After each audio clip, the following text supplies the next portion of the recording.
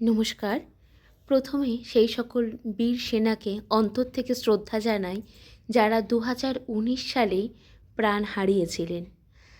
আজকে তাদের জন্য আমরা ঘরে বসে নিরাপদে থাকতে পারি। এই মানুষগুলো অর্থাৎ এই যোদ্ধাগুলো সারা জীবন যেন খুব সুন্দর এবং সাবলীলভাবে যেন চলতে পারে, সেটাই ভগবানের কাছে প্রার্থনা করব।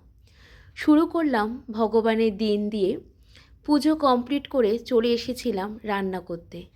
ভালোবাসার দিন তো অবশ্যই, কিন্তু ভালোবাসার পাশাপাশি কথায় আছে না, সব কিছুর ভালো দিক থাকলেও তার খারাপ দিক থাকে।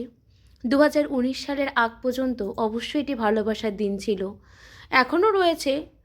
যদি বলি না এখন নেই, তাহলে এটা হয়তো একটু বাড়িয়ে বলা হবে, এখনও রয়েছে। কিন্তু তার পাশাপাশি আমাদের এটা ভুললে চলবে না যে এই দিনে আমাদের বিরাট ক্ষতি হয়েছে। এই ক্ষতি গত বছরও হয়েছিল। কিছু করার নেই, কখন কোনটা হবে আমরা কেউ জানি না। তবু ভগবানের কাছে প্রার্থনা করব সব যেন ভালো থাকে এবং ভালো মতন যেন চলে যায়। আজকে মেনুতে ছিল ছিম আলুর সর্ষা পোস্ত, ফুলকপি রসা আর পেঁপের ঝোল। খেয়ে দিয়ে চলে গেছিলাম বিকালবেলা একটু মার্কেটে, যেহেতু কালকে এখানে পুজো তাই বাজার করতে। নিরামিষ দোকান থেকে একটু সন্ধেবেলা খাবার খেয়ে নিয়ে চলে এসেছিলাম মার্কেটে। ওই যে বললাম ভালোবাসার দিন, ভালোবাসার মানুষকে গিফট না দিলে ভালো লাগে না। সেই জন্য ছোট্ট করে একটি গোলাপ ফুল নিয়ে নিলাম। বাড়িতে এসে গুড়িয়া রানীর সাথে দেখা, কোলে একদম ঝপাং করে চলে আসলো।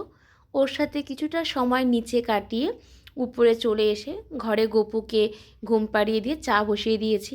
এটাই বলছিলাম যে আজকে চুলে হেনা করেছি, চুলটা ভালো গ্লেজ দিচ্ছে। তারপরে চা করে ঘরে এসে দেখি সব কিছু একদম সাজানো আছে, সব কিছু দেখে ভালোই লাগছে। চা নিয়ে পাশাপাশি আমরা একটু সেলিব্রেট করব নিজেদের মতন করে। একে অপরের জন্য যে ছোট গিফট এনেছিলাম, হতে পারে গিফটগুলো খুব ছোট, কিন্তু এটাই অনেক মূল্যবান।